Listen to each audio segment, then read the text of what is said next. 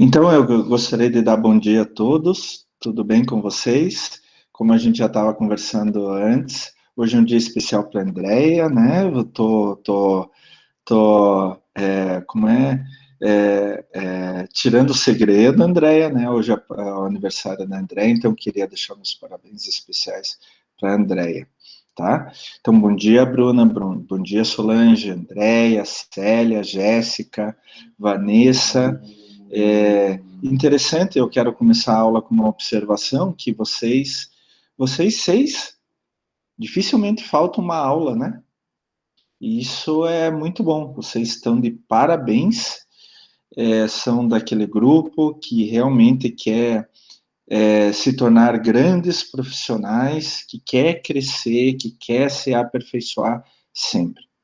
Eu sempre digo, pessoal, independente da matéria que vocês estão fazendo, e eu sei que não são muitos biomédicos que vão para a área ambiental, mas tem alguns que vão para a área ambiental e representam a profissão de forma esplendorosa na área ambiental, mas toda matéria que vocês fazem, ela vai adicionando algo para vocês.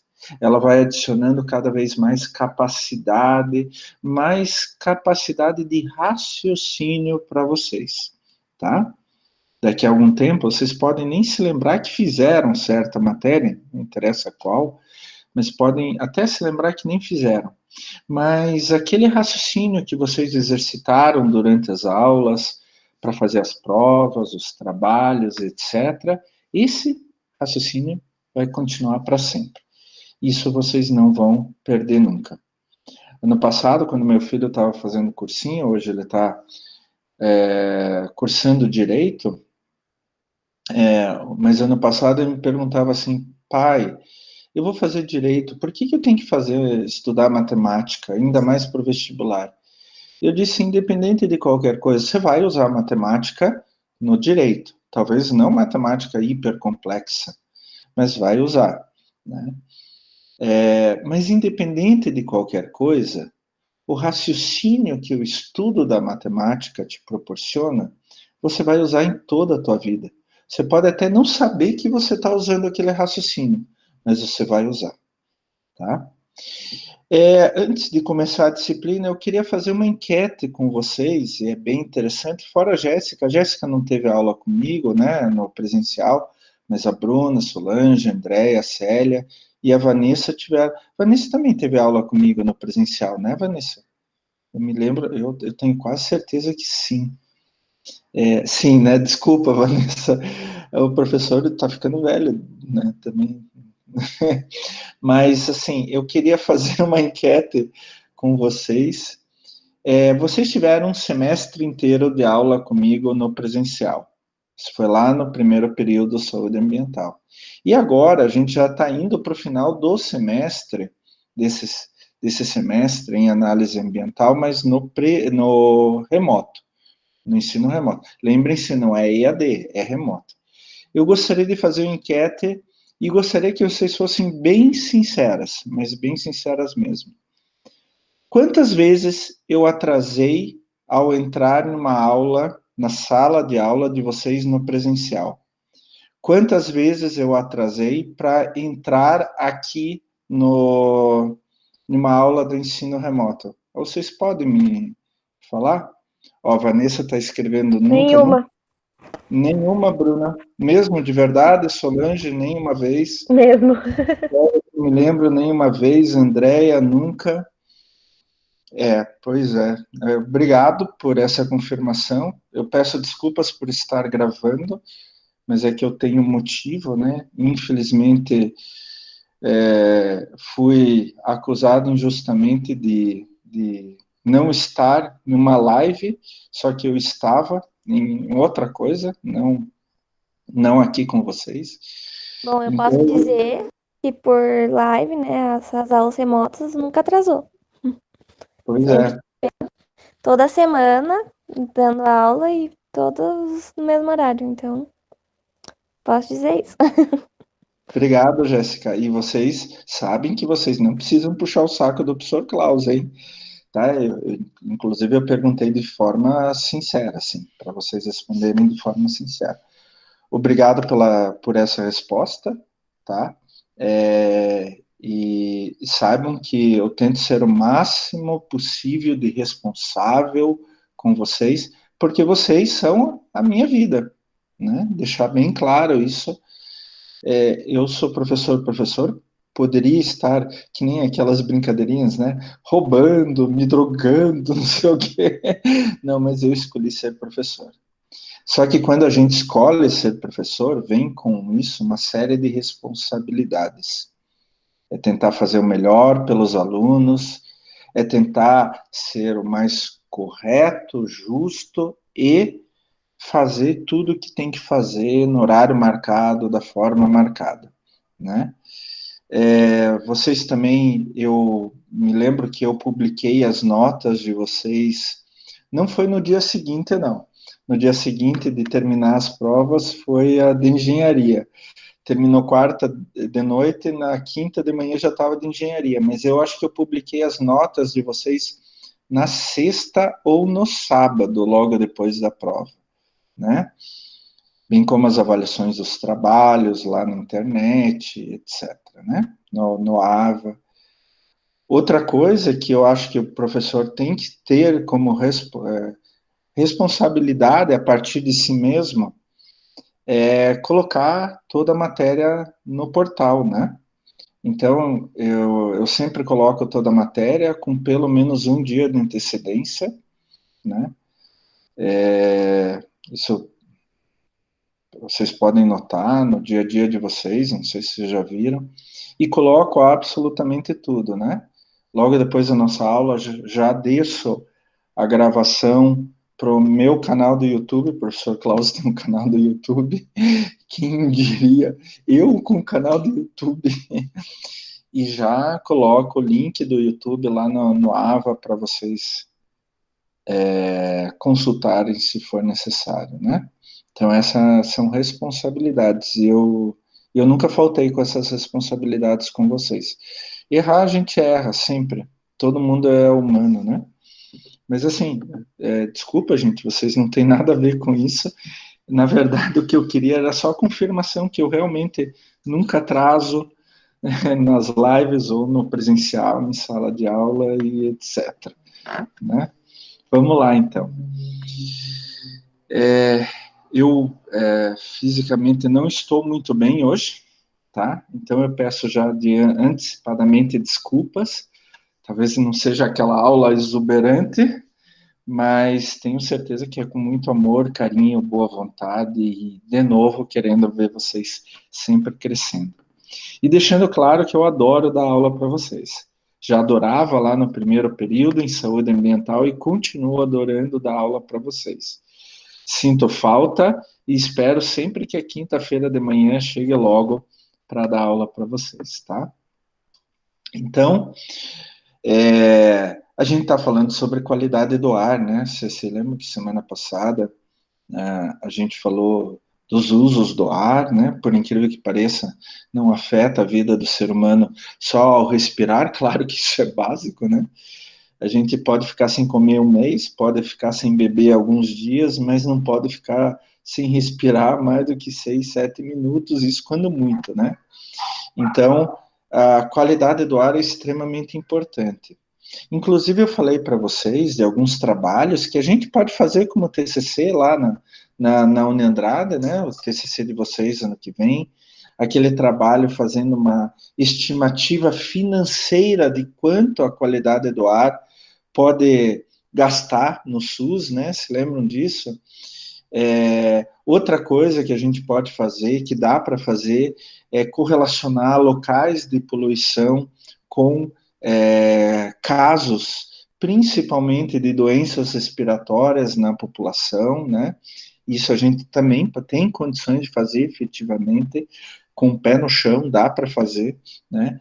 Então, para vocês verem como a qualidade do ar é importante, né? Eu até citei, não estava nos slides, mas eu citei de um trabalho de 2017, eu acho que foi, que se estima que morrem 13 milhões de pessoas por ano devido à má qualidade do ar, né? Então, assim, é muito importante que a gente tenha padrões de qualidade do ar, tenha fiscalização, faça análises dessa qualidade do ar, porque isso pode afetar muito, não só a atividade econômica, mas principalmente a saúde do ser humano. E é uma coisa que eu sempre falo, gente, quando eu dou aula para cursos na área de saúde, que na saúde a gente tem que ser mais responsável ainda pelo nosso cliente, né? Que a gente chama de paciente, tem que ser mais responsável ainda. A gente tem que ver tudo, né? Vocês, algumas vezes as pessoas acham, na biomedicina, análise ambiental não tem nada a ver. Primeiro tem, porque é uma das atribuições, mostrei lá na primeira aula do semestre, é uma das atribuições, e tem muitos biomédicos trabalhando nessa área de atribuição, mas é muito importante você saber o que ocorre no ambiente, porque senão, assim, chega uma pessoa com algum problema de saúde e vocês ajudam essa pessoa, sem problema.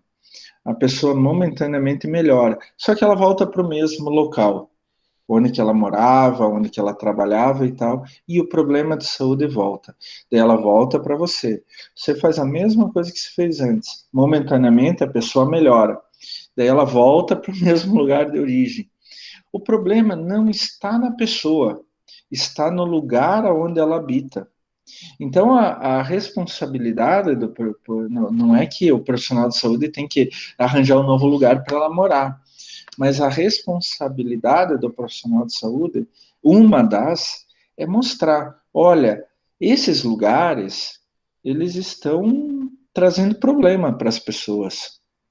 Mostrar isso a público, pro poder público, etc., que daí tem a responsabilidade sobre essas pessoas, né? Senão, é como tentar enxugar gelo, né? Já tentaram enxugar gelo? É complicado, né?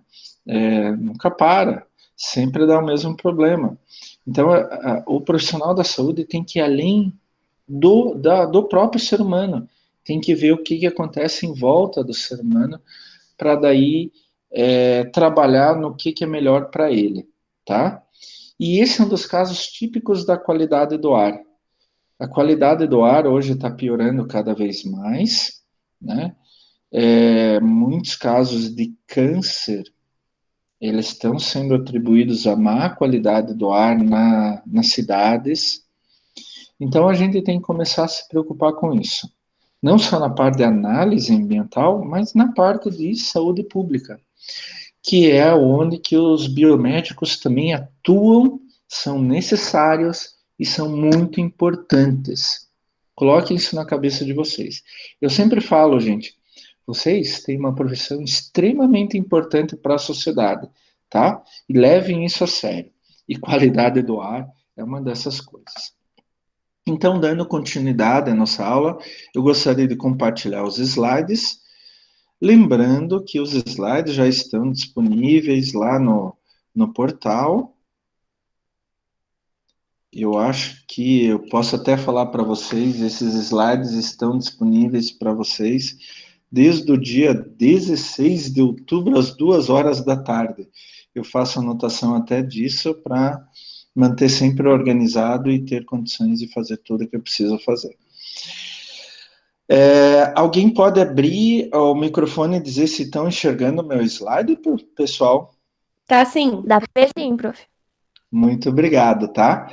Então, como toda semana, né? O primeiro slide começa assim, semana 12, e o assunto de hoje é qualidade do ar, segunda parte, tá? Esse é o mesmo que está lá para vocês no AVA no dia de hoje, tá?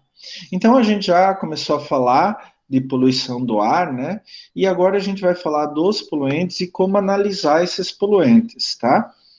Deixar bem claro que, em termos de qualidade do ar, a poluição microbiológica é muito pequena, tá? Então, tem outras coisas que são extremamente mais importantes do que micro-organismos, tá? No caso do ar, é muito mais importante poluentes físicos e poluentes químicos, tá? Então, a gente nem vai falar de poluição de análise microbiológica, no caso, a qualidade do ar. Mas, professor, pode ter? Não tem? Tem sim, tá? Tem, óbvio que tem, né? Principalmente em superfícies. Então, muitas vezes, a poluição microbiológica, ela existe passando de uma pessoa para outra, poluição do ar, né? Passando de uma pessoa para outra, de uma pessoa para superfícies. E é o caso que a gente vê agora na pandemia com SARS-CoV-2, né? Então, dificilmente o SARS-CoV-2 ele fica em suspensão no ar por muito tempo, ele não consegue ser levado a grandes distâncias e tudo, tanto que uma das maneiras mais eficientes de você evitar a contaminação é usando máscara, né? E principalmente o distanciamento pessoal, né? Distanciamento social, você manter 1,5 m, 2 metros das pessoas. Por quê? O SARS-CoV-2 e outros micro-organismos patogênicos, eles dificilmente são levados a grandes distâncias, tá? Então, quando a gente fala de poluição do ar, a gente fala principalmente de poluentes físicos e poluentes químicos, tá? Então, assim, a gente vai também classificar esses poluentes. Eu vou dar umas classificações agora, mas eu gostaria de mostrar, são 3 classificações. Eu gostaria de dizer para vocês, antes de começar a classificação, que eu posso classificar o mesmo poluente de diferentes formas, tá? Lembrem-se disso sempre. Não só no ar, mas no solo, na água também, tá? A primeira forma de se classificar um poluente do ar é quantas características físicas ou químicas aquele poluente. Então, a gente tem 2 grandes grupos: os aerosóis ou materiais particulados e os gases ou vapores. Bom, pelo próprio nome, né, vocês já começam a desconfiar o que pode ser, né? Quando eu falo de aerosol, pensem lá, eu vou passar o veneno para mosquito lá em casa, né? Então tem, ou eu vou passar aquele bom ar para o banheiro depois que eu saio do banheiro, né? Tô brincando, gente. Eu uso bom ar, né? Porque senão é difícil mesmo. Mas quando vocês têm o frasco com um botão que vocês apertam, vocês desencadeiam um processo físico que vai transformar um líquido em um aerosol. O aerosol são partículas líquidas em suspensão no ar. Então, aquele frasco, aquele botão, aquele sistema, ele vai fazer com que o líquido seja transformado em pequenas partículas líquidas. O líquido em si, né? Ele continua líquido, tá? Mas na forma de pequenas, muito pequenas partículas líquidas. Isso é um aerosol, tá? Material particulado é material sólido, são partículas sólidas que ficam em suspensão no ar. Então, se eu tivesse em sala de aula agora, o que eu faria? Olha, dentro dessa sala de aula deve ter pelo menos 1 quilo de material particulado. E por mais que a gente não veja. Por quê? Esses materiais são muito, muito, muito pequenos, como eu vou mostrar daqui a pouco para vocês. Então, aerosóis, materiais particulados estão na forma de poeira, de fumaça, de fuligem e outras, neblina de poluição e outras formas semelhantes, tá? A gente também tem um outro tipo de poluente muito importante quanto às características físicas ou químicas, que são os gases ou vapores. Então, eles não são sólidos, eles não são líquidos, estão na forma gasosa. E daí vem os típicos gases, né, que são sempre analisados em termos de poluição do ar, e por acaso esses também são muito importantes para aumentar o efeito estufa, né? Esse aquecimento global, etc. Nós temos como exemplo típicos de gases que poluem o ar: o monóxido de carbono, o dióxido de carbono, os óxidos de nitrogênio, os óxidos de enxofre em geral, inclusive o dióxido de enxofre e outros. Mas esses são os típicos. Eu até diria assim, atreveria a falar, esses são os principais gases poluentes que hoje a gente tem. Talvez metano junto, tá? A gente também pode classificar os poluentes do ar quanto à fonte, né? E daí é bem fácil, gente. Fontes móveis ou fontes estacionárias. Móveis é aquele que se movimenta, né? Automóveis, aviões, ônibus, motocicleta, né? Eu acho que eu já contei essa história para vocês, mas só para a gente distrair um pouco. Uma vez, muitos anos atrás, estava dando aula para um curso de biologia, e daí eu estava falando sobre poluentes do ar, etc. E daí uma aluna começou a reclamar dos colegas que vinham de carro para a universidade. Eu perguntei, daí eu disse assim, mas por quê? Ah, por causa da poluição do ar. Ah, concordo. Mas você vem como? Eu venho de ônibus. Daí eu perguntei para ela, e ônibus não polui?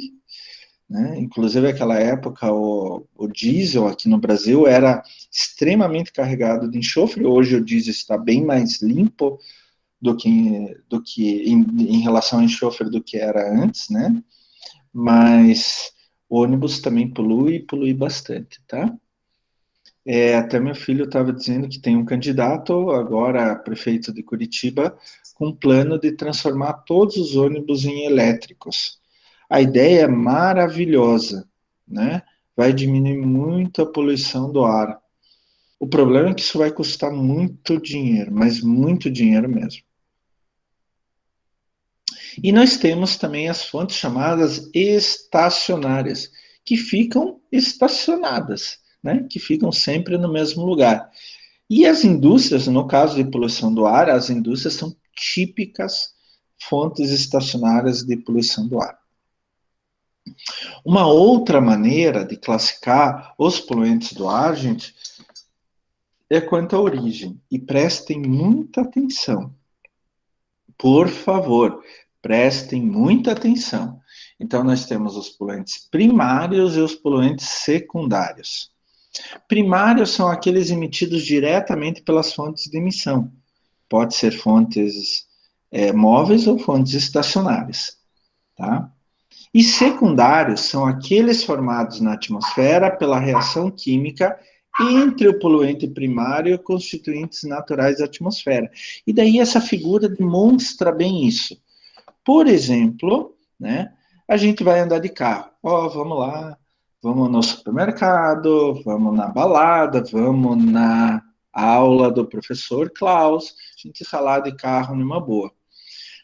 Cada vez que a gente pisa no acelerador, queima mais combustível, tem uma reação, e essa reação libera óxidos de nitrogênio, ou azoto, outra maneira de falar nitrogênio, mas quase ninguém fala mais isso, e óxidos, no caso aqui dióxido, mas óxidos de enxofre em geral.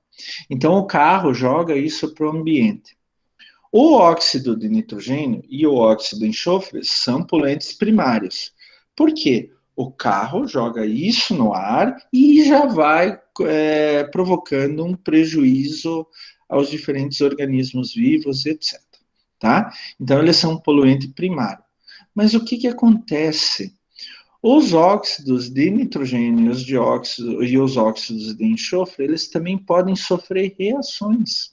Né? Por exemplo, o dióxido de nitrogênio com oxigênio e água, ele pode formar ácido nítrico. Se lembram lá das aulas de química? Ácido nítrico é um ácido forte, inclusive, tá? Os óxidos de enxofre, no caso aqui o dióxido de enxofre, com oxigênio e água, pode formar H2SO4, ácido sulfúrico. É um ácido extremamente forte. Inclusive, ácido nítrico e sulfúrico a gente usa para abrir amostras, por exemplo, de solos, para separar metal pesado do restante, de tão forte que são esses ácidos. E daí esses ácidos se juntam com as gotículas de chuva e caem de novo na superfície na forma da famosa chuva ácida. Um amigo meu lá na Alemanha Oriental estudou durante alguns anos o efeito da chuva ácida sobre alguns organismos. Porque a Alemanha Oriental tinha um nível de poluição do ar extremamente alto, porque não tinha legislação nenhuma, né, na antiga Alemanha Oriental em termos ambientais. Então, aqui, os óxidos de nitrogênio e de enxofre são poluentes primários, porque eles são liberados diretamente por uma fonte humana e vão fazer algum dano à qualidade do ar, só que eles também podem sofrer uma série de reações e formar poluentes secundários, que vão provocar novos danos a todo o meio, não só para o ser humano, mas ao meio ambiente como um todo. Então vejam bem isso, poluentes primários e poluentes secundários. Isso a gente também tem na água e a gente também tem no solo. Inclusive, uns anos atrás, eu publiquei um trabalho, já comentei com vocês, do efeito de um poluente secundário sobre alguns organismos. O AMPA é um ácido que vem da degradação do glifosato. O glifosato é o herbicida mais utilizado no mundo, é o pesticida mais utilizado no mundo. E o AMPA, que é um poluente secundário, ele vem da degradação natural do glifosato, ele é mais perigoso do que o glifosato. Comparado ao glifosato, o glifosato comparado ao AMPA não faz quase nada, tá? Então, assim, muitas vezes não é o poluente primário que é o maior responsável por danos, mas os poluentes secundários, tá? De novo, isso acontece na água e acontece no solo também. Mas no ar é bem típico, por isso que eu estou falando agora nesse assunto, quando eu estou falando em qualidade do ar, tá? Então, quais são os principais poluentes? Aqui eu quero mostrar um quadro para vocês, alguns slides, mostrando exatamente o que a gente tem que começar a tomar cuidado quando a gente fala de poluição do ar. Então, as chamadas partículas inaláveis, PM, que é material particulado em inglês, com o 10 aqui do lado. O que significa esse 10? É que essas partículas são menores do que 10 micra. Olha só, a gente chamou de partículas inaláveis, porque elas estão em suspensão no ar, e daí a gente respira. O ar entra pela garganta, vai até os brônquios, branquíolos, e o oxigênio é trocado dentro dos pulmões através dos bronquíolos. Qual que é o problema de partículas muito pequenas, menores do que 10 micra? Elas vão entrar, se lembram lá, vocês tiveram, acho que anatomia, fisiologia, etc., né? Que lá nos bronquíolos, elas vão começar a entrar lá naqueles bronquíolos menorzinhos e vão começar a tapar aquilo. E daí vão diminuir a capacidade de troca de ar com o pulmão. Quanto mais partículas finas, pior é. Então, tem algumas coisas que tem alguns materiais que são tão finos que vão entrando no pulmão. Esses são as partículas inaláveis PM10, ou partículas ou material particulado abaixo de 10 micra. Tá? Coloque isso na cabeça. A gente sempre vai dar o tamanho. Quando a gente não fala o tamanho, como as partículas totais em suspensão, a gente está falando de todas. E no caso de qualidade do ar, a gente considera até 100 micra de diâmetro, tá? Então vamos lá, já demos essa explicação inicial, vamos agora entrar em detalhes. Partículas inaláveis até 10 micra, PM10 e fumaça. Então, são partículas de material sólido, líquido, que ficam suspensas no ar. Então, elas estão na forma de poeira, neblina, aerosol, fumaça, fuligem, a gente acabou de falar. Da onde que vêm essas partículas? Principalmente processos de combustão, como indústria e veículos automotores, e aerosóis secundários, aqueles materiais que a gente joga na atmosfera, e daí eles são transformados por outros processos que ali já existem na dinâmica normal da atmosfera em outros materiais. Pode provocar dano à vegetação, visibilidade, contaminação do solo e, lógico, saúde do ser humano, nem se fala isso, né? Partículas totais em suspensão, então, PM10 fica dentro das partículas totais, tá? São partículas de material sólido, líquido que ficam suspensos no ar, vem de processos industriais, veículos automotores. Olha só, poeira de rua ressuspensa. Quem já morou em rua de saibro sabe o que eu estou falando, né? Principalmente em época de seca. Eu sempre morei nessa rua onde eu estou agora, né? Eu sou vizinho da minha mãe, e até eu ter a minha própria casa, a rua sempre foi de saibro. Eu comecei a construir minha casa, a rua era de saibro ainda. Então, assim, roupa do lado de fora para secar sempre ficava mais suja e etc. Então, essa poeira que sai de rua de saibro, por exemplo, é normalmente poeira acima de 10 micra, tá? E daí a gente classifica dentro de partículas totais. Novo, danos à vegetação, deterioração da visibilidade, contaminação do solo. Daí tem alguns gases. Então, o que a gente viu agora? A gente viu material particulado. Mas entre os gases, tem alguns que são extremamente importantes. Por quê? Eles têm grande quantidade e também são provocam grandes danos ao meio ambiente em geral e ao ser humano, né?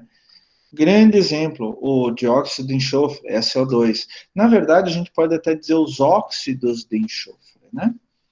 É um gás incolor, então não tem cor. O lado bom, se pode se dizer isso, é que ele tem odor forte, né? Cheiro forte. Então você já vê ou já sente que tem alguma coisa de errado, né? E esse cheiro é semelhante ao gás produzido na queima de palito de fósforo. A gente normalmente não sente o cheiro porque é uma liberação imediata e por pouquíssimo tempo. Ele pode ser transformado em SO3 no ar, né? Então ele vai se transformar em um poluente secundário, que na presença de vapor de água se transforma em ácido sulfúrico, H2SO4, mais um poluente secundário. Então, o SO2, a gente pode dizer que é um precursor de sulfatos, um dos principais componentes de partículas inaláveis. Da onde que vem? Processos que utilizam a queima de óleo e combustível, então carros, ônibus, etc., caminhão, refinaria de petróleo, veículo a diesel, gente. Antigamente, não era bem antigamente, não, até uns 10 anos atrás, o nosso óleo diesel aqui no Brasil, a gente chamava de S2500, porque S de enxofre e 2.500 de ppm, miligrama por quilograma. Então ele tinha uma quantidade imensa de enxofre. E daí a gente foi melhorando as nossas condições de refino. Hoje a gente já tem enxofre, óleo diesel S50, quer dizer, ele tem no máximo 50 ppm ou miligramas por quilograma de enxofre, tá? Daí eu posso fazer um ínterim, um parênteses. Vocês sabem que isso tem a ver com a Operação Lava Jato? É bem interessante isso. Que alguns anos atrás, a refinaria da Petrobras aqui em Araucária, ela começou a sofrer uma série de mudanças exatamente para reforma, exatamente para diminuir o teor de enxofre no óleo diesel. Então a gente tinha S2500, S500, mas a gente tinha que diminuir isso bastante. Como que a gente faz isso? Na hora do refino, né? Na hora que a gente vai pegar petróleo bruto e transformar em óleo diesel. Nesse momento que a gente tem que abater enxofre do óleo diesel. Só que essa reforma era muito extensa, muito grande. E, obviamente, uma reforma dessa numa refinaria do tamanho da Repar, né, em Araucária, custa muito dinheiro, alguns bilhões. E daí alguém descobriu que estava havendo desvio de dinheiro da reforma, né? Alguém estava roubando dinheiro. Como que era isso? Esse roubo de dinheiro era através de um posto de combustível bem ali do lado da refinaria. Então, quando eles começaram a ver que estavam roubando dinheiro pelo posto de combustível, eles abriram o Ministério Público, a Polícia Federal abriu um processo, né, uma operação, e essa operação foi chamada Lava Jato. Por quê? Porque no posto de combustível tinha aqueles negócios de Lava Jato. né, para você passar com o carro e lavar o carro, né? Então, como o desvio de dinheiro da reforma da refinaria da Petrobras estava ocorrendo pelo posto de combustível, eles deram o nome de Operação Lava Jato, que continua até hoje, né? Professor Klaus também é cultura, também é curiosidade, né? A gente fala de Lava Jato todos os dias, né? Há anos já. Então, para vocês saberem por que esse nome é Lava Jato. A produção de papel também produz muito dióxido de enxofre, produção de fertilizantes, etc. Pode levar a chuva ácida, corrosão de materiais, dano à vegetação e à própria saúde do ser humano. Monóxido de carbono, gente, é um problema muito sério. Inclusive, o monóxido de carbono, infelizmente, é utilizado para muitas pessoas que não querem mais viver por algum motivo, né? Então, a gente vê muito em filme isso, mas acontece, infelizmente, na realidade. Lembre-se que as pessoas sofrem por dentro e a gente sempre tem que dar uma mão para elas, sempre tem que dar o apoio para elas e nunca pensando em receber algo de volta, tá? O monóxido de carbono é gerado principalmente pela combustão incompleta do combustível dentro de veículos, né? Então, com aquele gás que sai do cano de escapamento, entre outras coisas, tem monóxido de carbono. É um gás incolor, não tem cor, inodoro, não tem cheiro, não tem odor, insípido, não tem gosto, tá? Qual que é o problema do monóxido de carbono? Que em contato com o sangue ele reage com a hemoglobina, transformando em carboxihemoglobina. Então, daí a hemoglobina não consegue mais transportar oxigênio, e daí a gente tem pouca troca de oxigênio com o músculo, com os tecidos em geral, né? Que precisam de oxigênio. E os tecidos vão morrendo pouco a pouco. Um outro poluente na forma de gás extremamente importante é o dióxido de nitrogênio, o NO2, mas a gente pode colocar todos os óxidos de nitrogênio, né? É um gás marrom avermelhado, com odor muito forte e muito irritante. Ele pode levar à formação de ácido nítrico, HNO3, de nitratos, NO3-, né, que fazem parte de partículas inaláveis e compostos orgânicos tóxicos em geral. Vem principalmente da combustão de veículos automotores, tem processos industriais, usinas térmicas, como temos em Araucária, que usam óleo ou gás para gerar energia elétrica, e também vem de queima, tá? Você queimando alguma coisa, você forma quase que obrigatoriamente dióxido de nitrogênio. Pode levar chuva ácida, danos à vegetação, à colheita e ao ser humano também. O ozônio, O3. É interessante falar do ozônio, pessoal, porque vocês já viram que o ozônio forma uma camada na atmosfera, a gente já conversou sobre isso, né? Que filtra os raios ultravioletas. Vamos dizer assim, ele faz com que a gente não seja fritado no dia a dia, né? É muito importante. O problema do gás ozônio é que quando em baixas altitudes, ele pode ser tóxico, diminuindo a capacidade ele tem uma grande capacidade oxidativa, então diminui muito a resistência orgânica de cada pessoa, fazendo com que ela esteja mais apta, né, mais sensível a ter infecções respiratórias. Então, o ozônio é um gás incolor, inodoro, nas concentrações ambientais. A gente só sente o cheiro do ozônio quando ele está em grande quantidade. E daí, na minha biomedicina estética, já tem gente usando ozônio, né? Porque tem até os aparelhinhos, uma aluna nossa já formada trouxe para a gente ver, tem os aparelhinhos que funcionam à base de água, esquentando a água e depois colocando uma faísca elétrica. Quando você esquenta a água, o H2O, ela vira gás, né? Quer dizer, ela vira, né? Fica na forma gasosa. Quando, daí nesse aparelho, ele esquenta a água, vira gás H2O na forma gasosa, e daí quando esse H2O na forma gasosa passa por um ponto no aparelho, ele dá uma descarga elétrica. Essa descarga elétrica faz com que o hidrogênio se separe do oxigênio. E daí, aquele O2, ele vai se juntar com mais um átomo de oxigênio, tá? E daí ele vai formar O3. E esse aparelho daí aplica no rosto, por exemplo, porque ele é em altas concentrações, ele é extremamente biocida. Pode matar a pessoa. Claro que não é uma concentração suficiente, mas vai passando no rosto, ele vai penetrando nos poros, tá? E daí vai matando ácaros, fungos, bactérias que a gente por acaso tenha no rosto, nos poros, na superfície da pele e assim por diante. Então, o ozônio é utilizado, sim, na biomedicina estética, mas a gente tem que tomar muito cuidado. Se vocês por acaso forem trabalhar com isso, lembre-se de não aproximar muito do ouvido da pessoa, da boca da pessoa, para ela não inalar o ozônio, tá? E vocês mesmos também tomar cuidado com isso na hora de aplicar.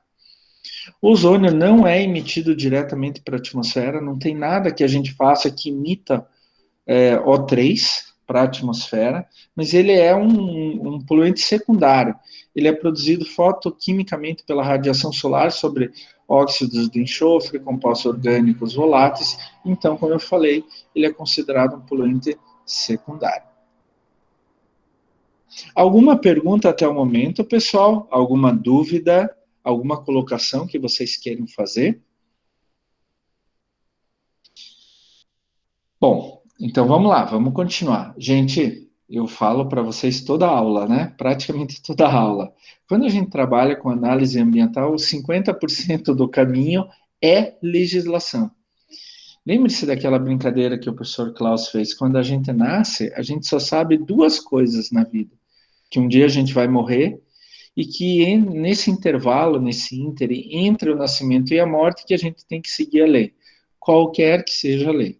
Né? Se eu for baixo, alto, se eu for rico, pobre, bonito, feio, gordo ou magro, isso a gente não sabe quando vai nascer, quando nasce, né?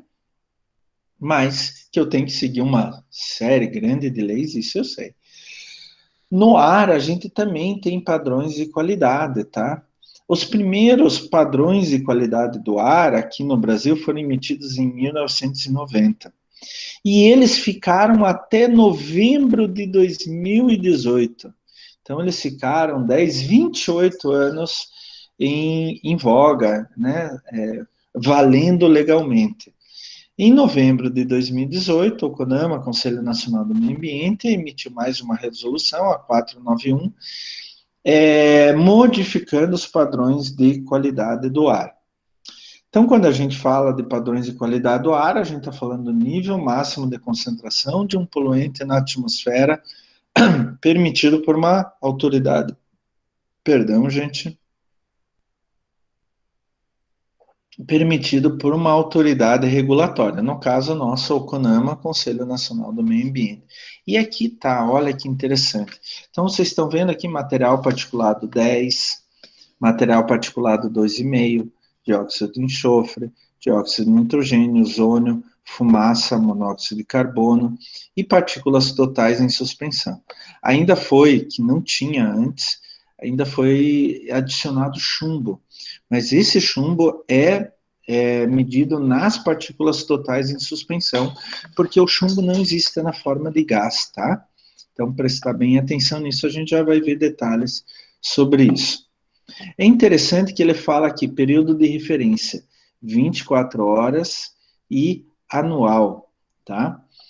24 horas é você ficar coletando durante 24 horas e fazer análise. Análise sempre em microgramas por metro cúbico de ar. Já vou mostrar tudo isso para vocês. E anual é uma média aritmética anual de todas as vezes que você mediu por 24 horas. Aqui tem P1, P2, P3 e PF, que na verdade são as condições críticas ou não, tá? Que a gente tem que tomar cuidado. O ideal é que a gente sempre siga o PF, que é o mais restritivo de todos. Essa nova legislação, a CONAMA 491 de 2018, ela também ela, assim, ela determinou algo que não existia antes na legislação anterior, que são os episódios críticos.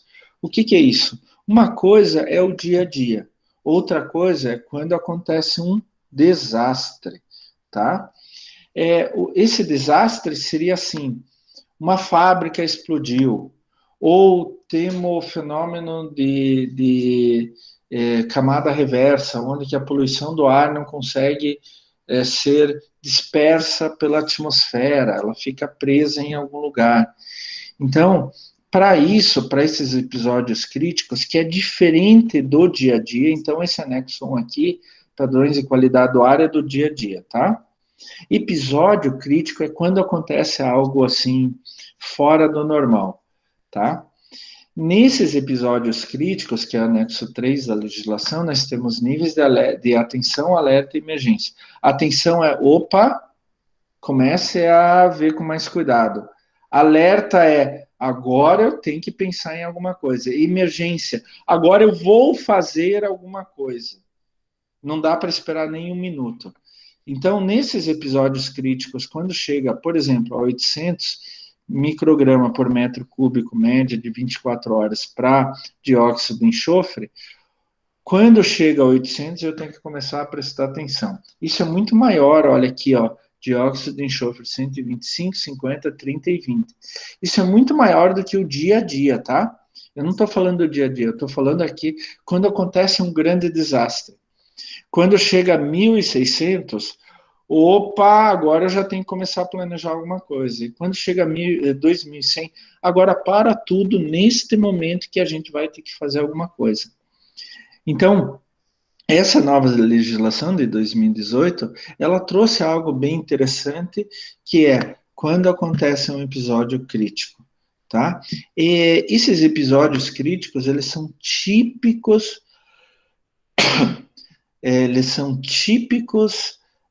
de quando explode uma indústria química, por exemplo, ou algo assim, tá? E, finalmente, eles também deram, eu não vou pedir isso na prova para vocês, não precisam decorar isso, pelo amor de Deus, eles deram como calcular o índice de qualidade do ar em função da concentração inicial, concentração final, aquilo que você encontra no dia a dia, essa inicial e final aqui é o que está na lei, essa daqui de baixo é o que você encontra na prática, o que você vai medir, etc. Tá? E daí você coloca lá numa tabelinha e vê se a qualidade do ar tá boa, tá média, tá ruim, assim por diante, tá? Isso eu também não vou cobrar de vocês na prova, mas saibam que isso existe. Então, essa é a legislação que a gente tem. Tem mais alguma coisa? Não, não tem mais nada. É só aquilo, só aquela resolução do CONAMA 491 de 2018. Mas, professor, legal isso, mas como que a gente coleta algo do ar para fazer depois análise? Então, para isso, a gente tem métodos de medição. Até eu adaptei do professor Dourado, lá da Federal do Espírito Santo, porque é bem legal e mostra bem detalhadamente isso. Como que a gente faz a amostra do ar? Professor, a amostra da água é legal, a gente pega lá um pouquinho de água e tudo bem. A gente ainda não viu a amostra de solo, mas eu imagino que é pegar um pouco de solo, levar para o laboratório e tudo bem. Mas e ar? Pois é, ar é um pouco mais complicado essa amostragem da qualidade do ar, tá? Então, nós temos 3 tipos de amostradores: o passivo, o ativo e o automático. E eu acho que, pelo próprio nome, você já começa a pensar, né? Passivo. Ele não vai atrás de nada, ele vem e recebe. O ativo, ele vai atrás do ar, coleta o ar e depois a gente analisa. E o automático, ele faz tudo sozinho. Ele vai lá, coleta o ar, passa por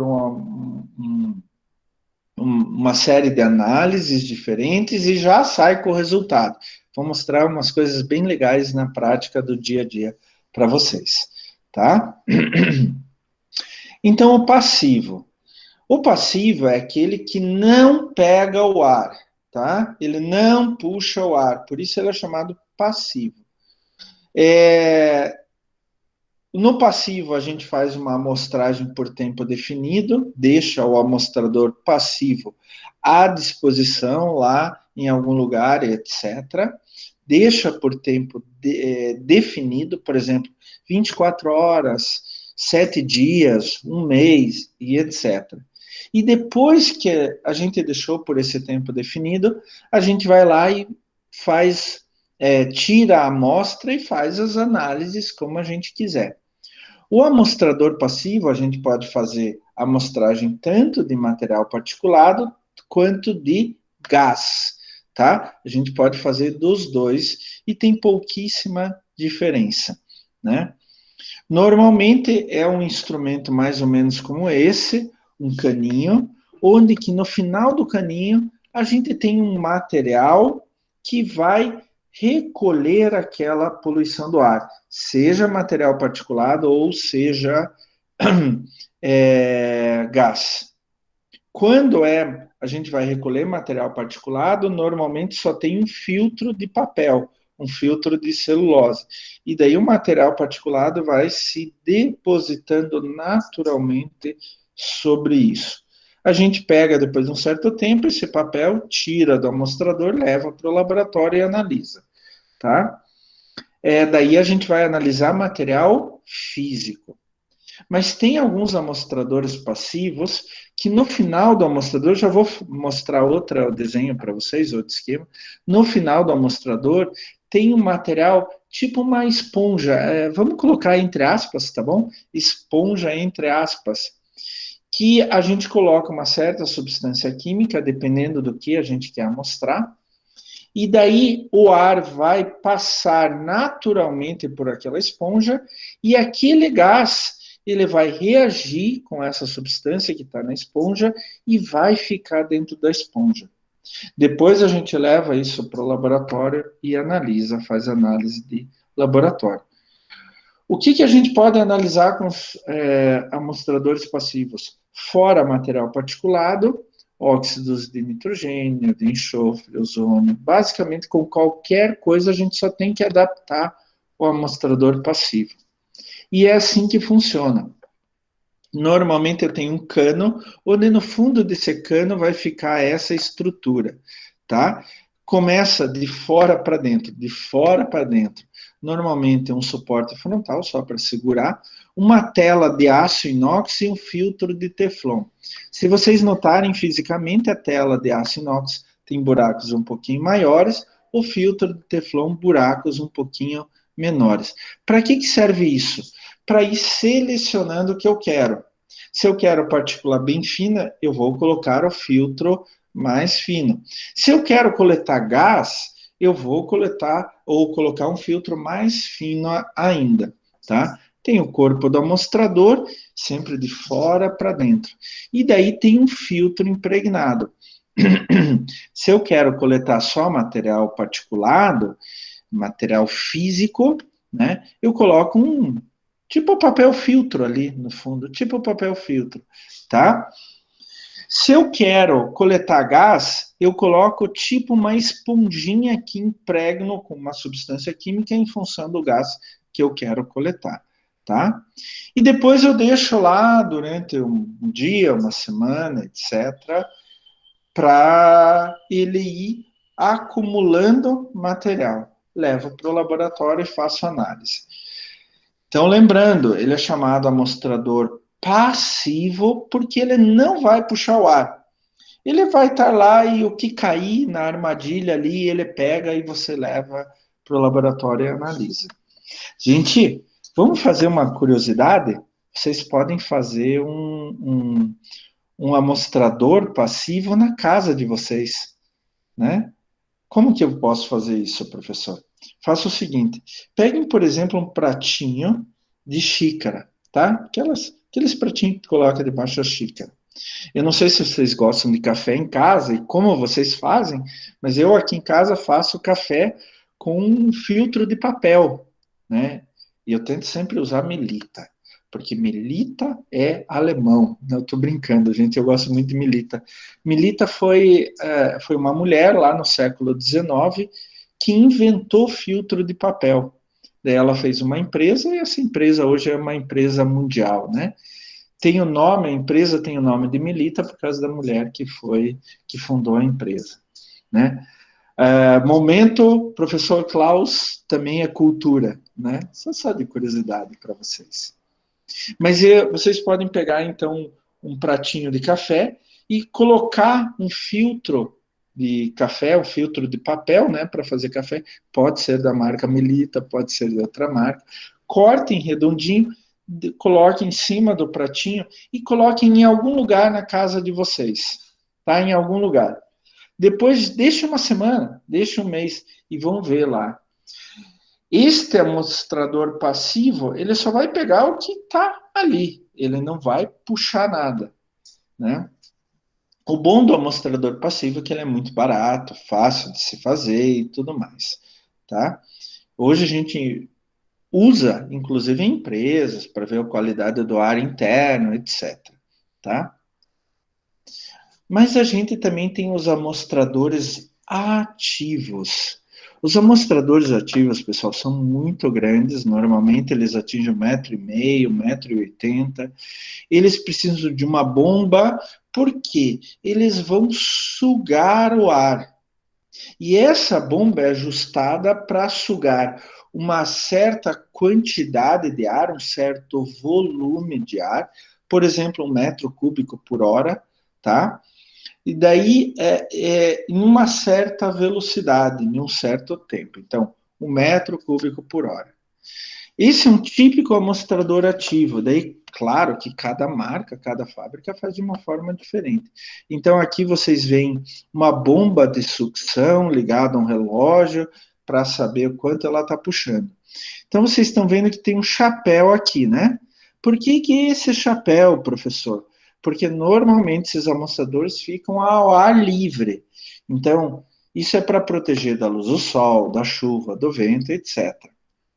Esse chapéu é fechado e vocês veem que sobrou uma borda, né? Tem uma borda aqui que fica em contato com o ar. A bomba de sucção, quando ela é ligada, ela vai puxar o ar de fora para dentro que vai entrar por essas bordas. Aqui dentro tem um filtro, normalmente um filtro de celulose, tá? Que daí, no caso de partículas sólidas, né? A bomba vai puxar, vai fazer com que o ar passe pelo filtro e daí vai reter as partículas sólidas, o material particulado. Professor, posso fazer isso com gás? Pode, só que em vez de um filtro de papel, você vai colocar um tipo de uma esponja embebida com líquido para reagir com o gás que vocês querem analisar, tá? Isso pode ser usado para quase qualquer coisa.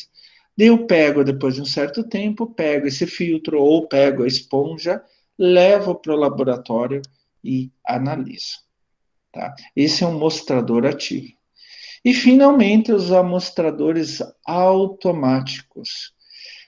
Eu vou mostrar para vocês depois um videozinho rapidinho sobre isso. Os amostradores automáticos são equipamentos automáticos que já captam o ar e já fazem análise automaticamente sem eu precisar fazer nada. Normalmente eles têm uma alta resolução temporal, quer dizer, você pode obter, eu falei aqui, a cada 30 ou 60 minutos ter análise, mas você pode ter análise a cada 5 minutos, por exemplo. Tem alguns amostradores automáticos que vão 24 horas por dia, 7 dias por semana, obtendo resultados, análises, né? Resultado de análise a cada 5 minutos. Eles usam uma série de princípios para análise. Por quê? Não dá para analisar tudo com o mesmo princípio de análise, né? Então, por exemplo, fluorescência para SO2, quimioluminescência para óxido de nitrogênio, absorção de infravermelho para monóxido de carbono, cromatografia gasosa e ionização de chamas para hidrocarbonetos derivados de petróleo e também para metais pesados, quando eu quero fazer isso é possível, tá? A absorção de ultravioleta para ozônio e a absorção beta e microbalança oscilante para partículas em suspensão, tá? Então, o que que acontece? Uma amostra do ar é puxada para dentro de uma câmara de reação, onde que as propriedades ópticas, por isso um princípio óptico, como fluorescência, quimiluminescência, infravermelho, ultravioleta, tá? Então, elas vão medir a quantidade daquele poluente específico. Uma reação química produzindo quimiluminescência, né? Ou luz fluorescente. Sempre o que vai ocorrer? Eu tenho esse princípio eletroóptico e ele vai dar origem a um sinal elétrico. E esse sinal elétrico, ele vai ser traduzido por um computador para a quantidade daquele poluente específico. Vamos dizer assim, quanto mais forte o sinal elétrico, significa que tem mais daquele poluente. Quanto mais fraco o sinal elétrico, significa que ele tem menos do poluente. É mais ou menos assim que funciona, tá, pessoal? Então, vamos ver um por um como que eu faço análise de cada um desses, tanto em amostradores ativos, quanto passivos, quanto automáticos, tá? Vamos começar com material particulado 10. Se lembrem que esse é um material muito fino, menor do que 10 micras. Então, a gente faz coleta com amostradores, chamado amostrador de grande volume, o High Volume Sampler, tá? Que é aquele grande lá, com uma bomba que a gente puxa.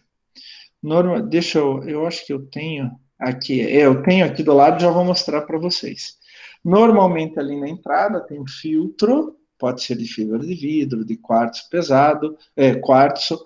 Ele é previamente pesado, então eu vou pesar o filtro antes de colocar no amostrador. Vou deixar um tempo lá, normalmente é um amostrador de grande volume. Ele puxa o ar, 1 m³ de ar por minuto. Eu deixo lá 24 horas funcionando. Quando bateu 24 horas, eu sei exatamente quanto ar passou por ali, porque ele puxa 1 m³ por minuto, né? Tiro o filtro e levo para o laboratório.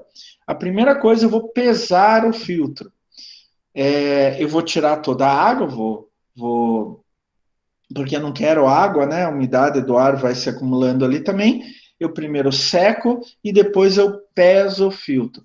Como eu sabia o peso dele previamente pesado antes de colocar no amostrador e o peso dele depois de tirar do amostrador, eu tiro o peso do próprio filtro e o que sobra é só o material particulado que estava ali depositado, tá? Então, como funciona esse amostrador? Vamos usar aqui em português, amostrador de grande volume. Como funciona? Então, esse equipamento, já tinha mostrado para vocês, tem uma bomba de sucção. E daí ele puxa o ar, e o ar normalmente entra num labirinto, tá? Isso é para diminuir a velocidade do ar. Se eu tiver muita partícula no ar, ele pode estragar o filtro. Então, ele simplesmente diminui a velocidade do ar, não tira nada de partícula e tal, é só para diminuir mesmo a velocidade. E daí ele vem por aqui e é depositado no filtro. Lá, depois de 24 horas, por exemplo, abro o amostrador, tiro o filtro e levo para o laboratório. Quando eu levo para o laboratório, então eu posso medir a massa, né, o peso de material particulado que está ali, e eu posso fazer a análise desse material particulado. Daí eu faria como se fosse um produto sólido qualquer, tá? Daí eu tenho material particulado que hoje a gente está começando a medir no Brasil, na Europa é mais comum, que é chamado PM2,5. Por quê? É aquele material particulado menor ainda, que vai até 2,5 micra, tá? Então é um material bem fino. Este material, a gente já tem um outro tipo de equipamento para fazer monitoramento contínuo, tá? Podemos fazer para material particulado 10 também, mas a gente usa normalmente para 2,5, porque esse é um equipamento mais caro, mais complexo, vocês já vão ver daqui a pouco. Então, a gente deixa reservado para aquelas partículas menores ainda que, quando nós inalamos, podem fazer mais dano ainda. A gente faz um monitoramento contínuo com leituras a cada 15 minutos, num sistema de microbalança com elemento cônico oscilante, o T1, né? Então, o que que acontece? O ar entra por equipamento e daí ele já vai fazendo uma pré-seleção, por exemplo, partículas até 2,5 micra. Ele faz um leve aquecimento, ele faz isso no aparelho, tá? O aparelho que a gente viu anteriormente não faz isso. Este faz um leve aquecimento para tirar a água das partículas e daí a amostra é coletada num filtro. Este filtro fica logo acima de uma balança oscilatória. É uma balança para medir massa, para medir peso, que ela vai oscilando, tá? Tem um elemento vibratório que vai oscilando essa balança. Quanto maior a oscilação, maior é a concentração de partículas. Quanto menor a oscilação, menor é o peso das partículas ali depositadas. E daí já tem uma biblioteca, né, pré-feita, que numa oscilação X significa tal peso. Numa oscilação Y significa Y peso, tá?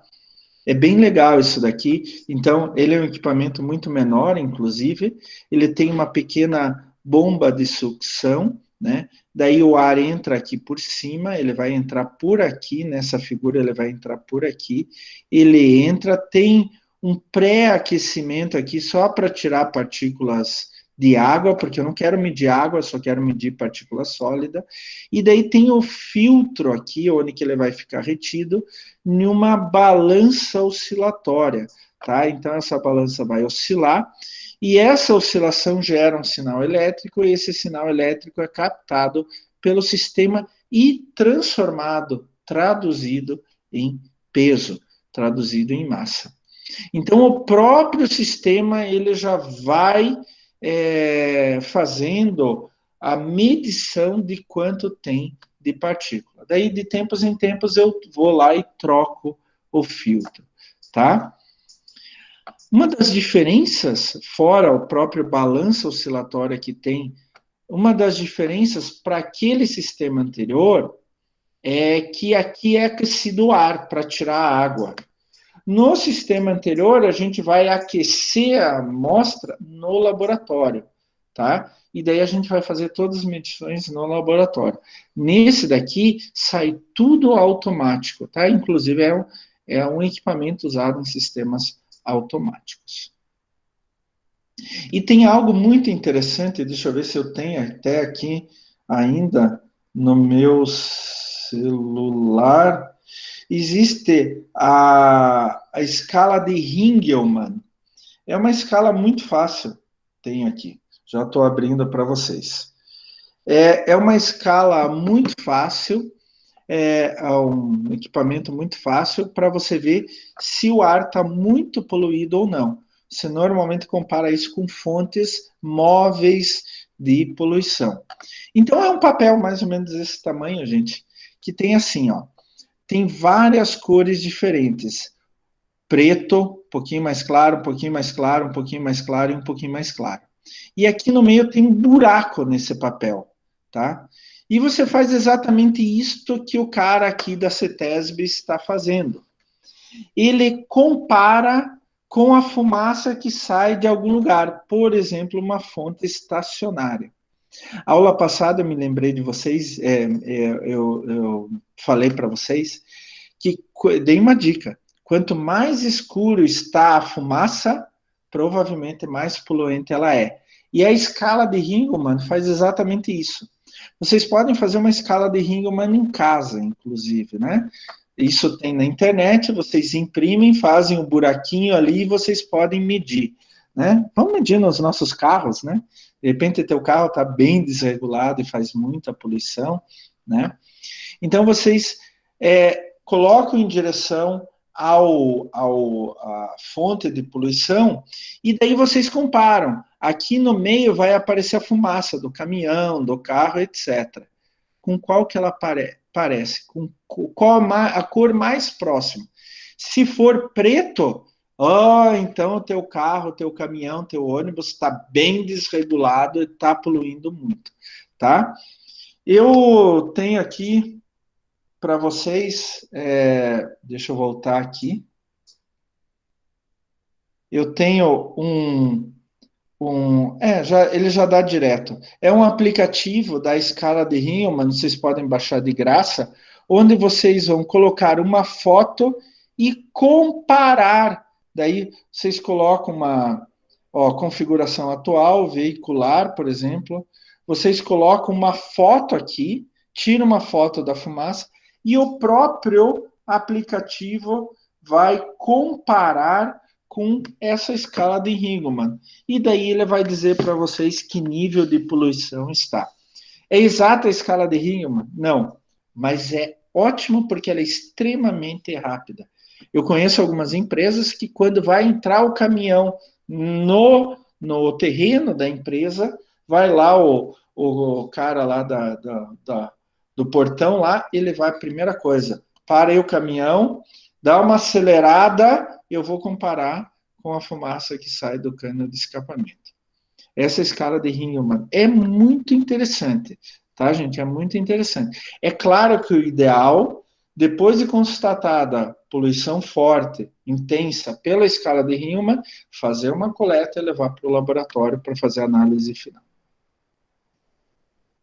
Como que eu posso fazer análise de dióxido de enxofre? Normalmente a gente usa um analisador de SO2 e a técnica mais usada é fluorescência por radiação ultravioleta. Tá? Então, o que acontece? O tempo de resposta é muito rápido, em 1 minuto você já tem isso, e ele consegue enxergar concentrações muito baixas. Por exemplo, 1 ppb ou menos parte por bilhão. Como funciona? Então, esse daqui é um esquema básico do equipamento, tá? Claro, cada fábrica tem uma concepção diferente, mas é assim, mais ou menos assim que funciona. Por aqui, por cima, eu coloco a amostra de gás, tá? Então, essa amostra de gás, normalmente eu coloco com uma seringa ou algo nesse sentido. Essa amostra de gás entra no aparelho. O aparelho, ele emite uma radiação ultravioleta específica, lá tá, olha, 214 nanômetros. Quando essa radiação ultravioleta atinge as moléculas de SO2, eles fazem uma excitação nas moléculas. As moléculas tudo ficam muito maluquinhas. Essa excitação, ela é muito rápida. Ela vai, pum, já abaixa. E quando as moléculas voltam ao normal, esse fato das moléculas voltarem ao normal emite uma radiação fluorescente específica. É como se fosse um vagalume. O vagalume, o que ele faz? Como ele emite aquela luz, bioluminescência?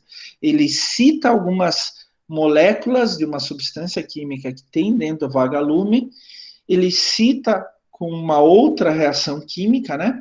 E daí, nesse momento, as moléculas são excitadas muito rapidamente, voltam ao normal, e nessa volta ao normal ele emite bioluminescência, tá?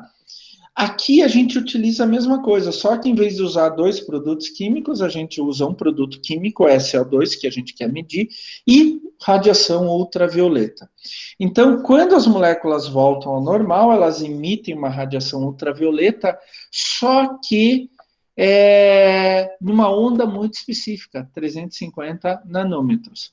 E daí eu tenho um aparelho aqui embaixo, que é o tubo fotomultiplicador com filtro interferencial, que ele vai medir exatamente essa banda de 350 nanômetros. Tá?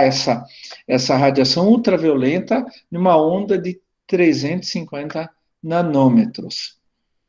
Ele vai medir isso, transformar num sinal elétrico, e lá na biblioteca do aparelho ele vai dizer, sinal elétrico nesta intensidade significa que eu tenho tanto de SO2.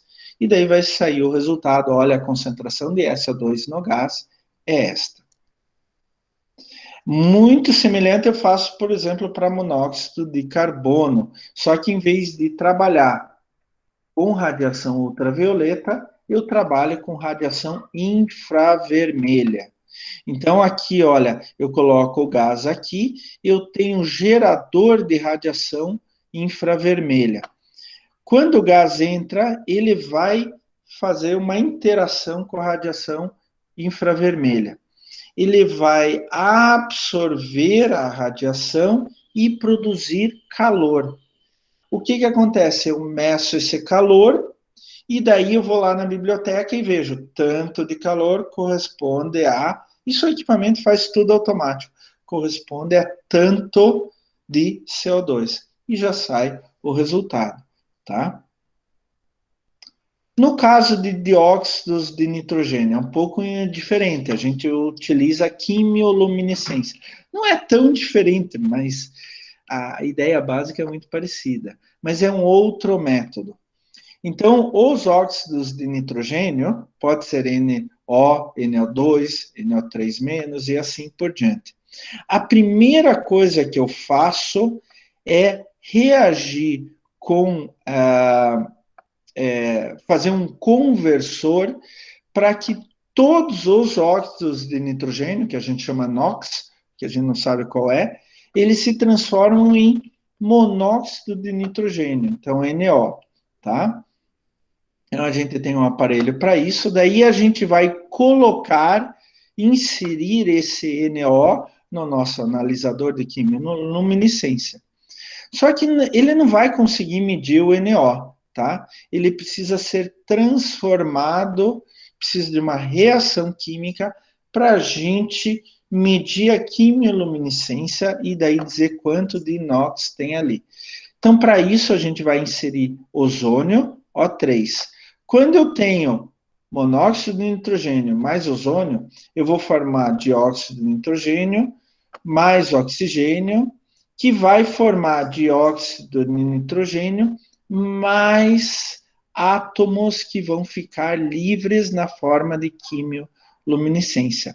Então, o que, que acontece? Ele vai formar um composto excitado, que é esse H aqui, que vai produzir quimioluminescência, luz através de uma reação química. E é isso que o tubo fotomultiplicador ele vai medir. Então, na volta ao estado natural, de novo vagalume, né?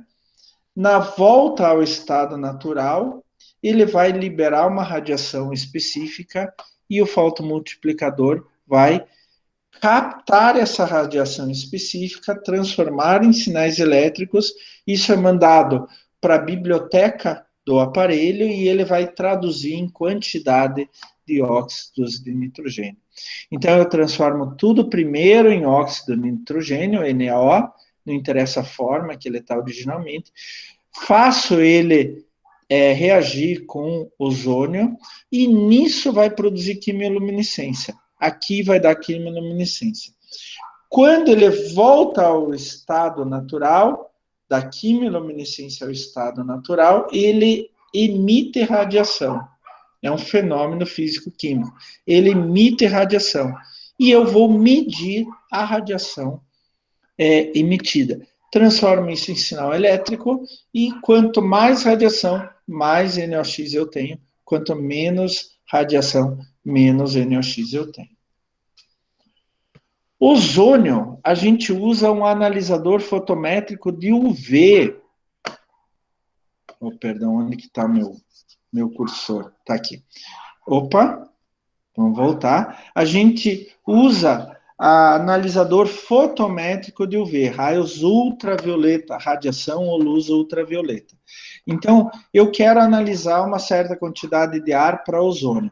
Eu coloco dentro do aparelho e aqui eu tenho um emissor de luz ultravioleta, de radiação ultravioleta. Tá? Então, quando essa luz ultravioleta atravessar o gás com ozônio, vai produzir uma absorção de radiação ultravioleta a partir de uma onda, de um tipo de onda, em torno de 250 nanômetros. E daí o que o aparelho vai medir? Ele vai medir essa absorção. Os sinais são feitos sinais elétricos, são traduzidos e vai dar a quantidade de ozônio, tá? Eu sei que algumas vezes pode ser meio complicado isso daí tudo, gente. Mas a partir dessas explicações, eu acho que vocês devem ter entendido razoavelmente bem, mas eu gostaria que vocês voltassem depois para isso e começassem com calma, com tempo, começassem a ver cada slide, cada método e começar a pensar, raciocinar. Muitos desses métodos também são usados para análise de água e análise de solo também. Aqui específico para análise de ar, tá? E, finalmente, para a gente terminar, se não me engano, para esse é o nosso último slide, eu quero mostrar rapidamente um pequeno filme para vocês, um pequeno vídeo, que mostra os analisadores automáticos usando exatamente esses métodos que a gente já mostrou agora para a qualidade do ar. Opa! Vamos lá ver, espero que esteja tudo certo. Nas grandes cidades, a qualidade do ar é um problema cada vez mais sério. E medir essa qualidade depende de tecnologia. Veja como funciona.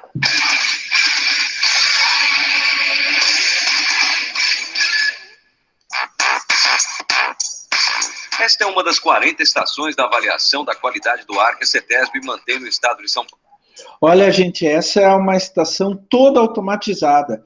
Só de curiosidade, tem uma estação dessas muito semelhante, ali na Praça Ouvidor Pardinho. Não sei se vocês conhecem, acho que passa Getúlio Vargas ali do lado, tem uma igreja na frente. Nessa praça tem uma UPA, acho que é uma UPA que tem, posto médico, tem uma piscina onde faz atividades para idosos, etc. Tem uma estação bem parecida do que essa. O monitoramento começou na região metropolitana em 1972, com 14 estações. Mas a revolução veio em 1981, quando começou o monitoramento automático. Hoje a medição é instantânea. Os sensores instalados no topo da estação captam amostras do ar naquele local a cada 5 segundos. Ou seja, são mais de 17 mil leituras por dia. Funciona assim.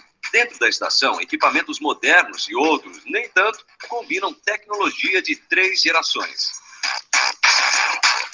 Nos medidores automáticos, um feixe de luz atravessa a amostra. Essa luz realça as partículas em suspensão no ar e permite a identificação de tudo que está contido nele. A amostra é, então, comparada com gases puros e certificados pela EPA, a Agência de Proteção Ambiental dos Estados Unidos. As análises dos poluentes na atmosfera são, assim, pequenas partículas, né? Na realidade, nós estamos fazendo análise traço, que se chama. São quantidades de microgramas em metro cúbico. Os níveis de ozônio, óxido de carbono, monóxido de carbono e outros poluentes presentes no ar aparecem aqui nesses visores. É tudo bastante rápido. E o sistema é completamente automatizado. Os equipamentos também são automaticamente calibrados todos os dias. Com as portas fechadas, temperatura controlada e os equipamentos funcionando 24 horas nos 7 dias da semana, os dados coletados nas 40 estações são transferidos via telefônica para os computadores desta central. Os resultados dos monitoramentos são acompanhados de hora em hora. Os dados são processados com base em médias padrão e também nas previsões meteorológicas, uma vez que a poluição do ar está diretamente ligada às condições climáticas. Daqui, os resultados são disponibilizados a cada hora na internet e em um boletim diário, elaborado às 16 horas, que apresenta a situação das últimas 24 horas. Quer saber como está o ar aí na sua região? Bom, então é fácil. Entre agora no olhardigital.com.br e lá você vai encontrar o link direto para acessar essa análise diária e precisa, com todas as informações que desejarem. Aproveite!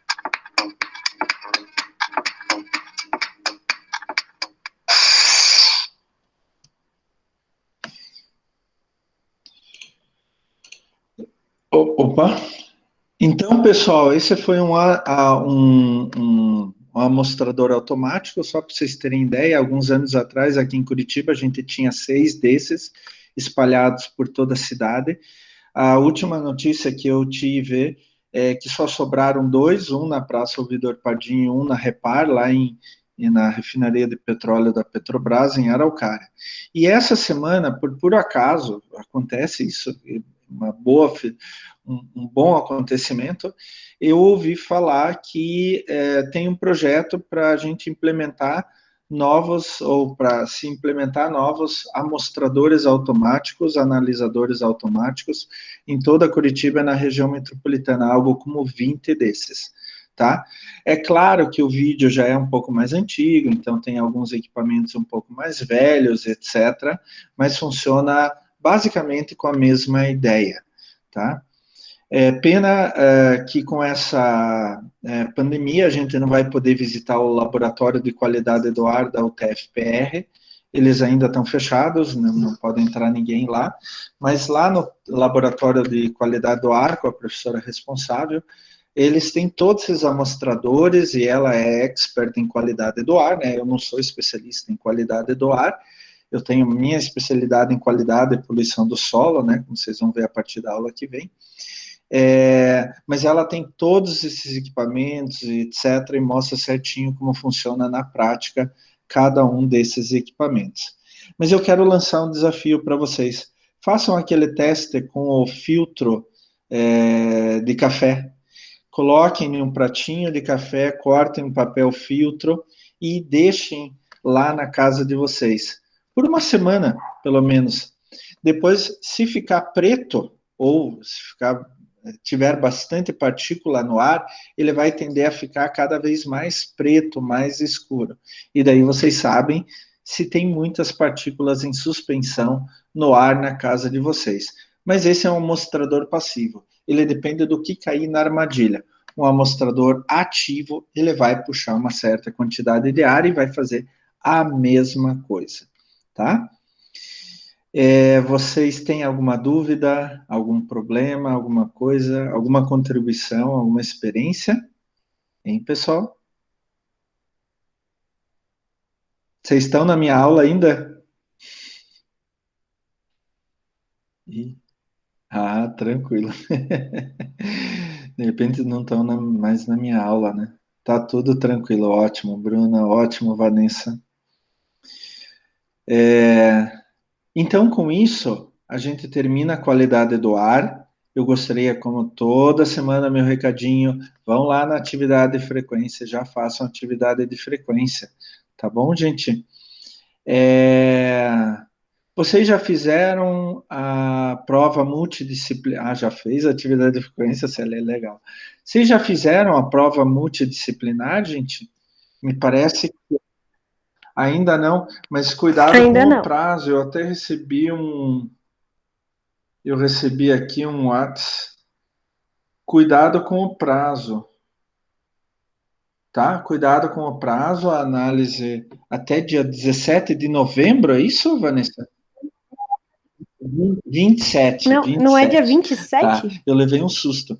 Então, cuidado com o prazo, gente. Eu queria lembrar que a prova multidisciplinar, né, a avaliação multidisciplinar, vai contar pontos no segundo bimestre. Isso pode ser importante. Se bem que na turma de vocês são maravilhosos. Vocês gostam tanto do professor Klaus que eu acho que não vai ficar ninguém de exame final, né? E daí vocês vão dar uma semana mais de férias para o professor Klaus. Não é verdade? Não é verdade? Meus queridos aluninhos, né? Minhas queridas aluninhas, né? Porque aqui só tem mulher hoje, né? Não dá para falar nem alunos, né? A mulherada da turma forte. Pode deixar, Vanessa, assim que der eu olho os e-mails, tá bom? Então, não se esqueçam de fazer atividade de frequência, pessoal. E eu ficaria muito feliz se vocês dessem uma olhadinha lá no nosso material complementar, que isso adiciona mais conhecimento sobre o tema e vocês já vão se acostumando cada vez mais a ler e interpretar artigos científicos, porque ano que vem tem o TCC de vocês, hein? Já vão começando a pensar nisso. Tá certo? Pessoal, eu agradeço a paciência de vocês, a compreensão de vocês. Espero que a aula tenha sido bem clara. E vocês sabem, né? Qualquer dúvida, vocês podem entrar em contato comigo. Se precisar, eu faço até uma outra live para a gente conversar sobre algum assunto, fora do horário normal de aula. Tá bom, pessoal? Então, eu agradeço a presença de vocês. Obrigado, Célia, para vocês também. Um ótimo resto de semana e um bom final de semana. Não se esqueçam de fazer as nossas atividades. Tá, pessoal? Tchau, tchau para vocês. Até semana que vem. Estou esperando vocês sem falta. Tchau, tchau, gente. Tchau, tchau. Obrigado também, Vanessa.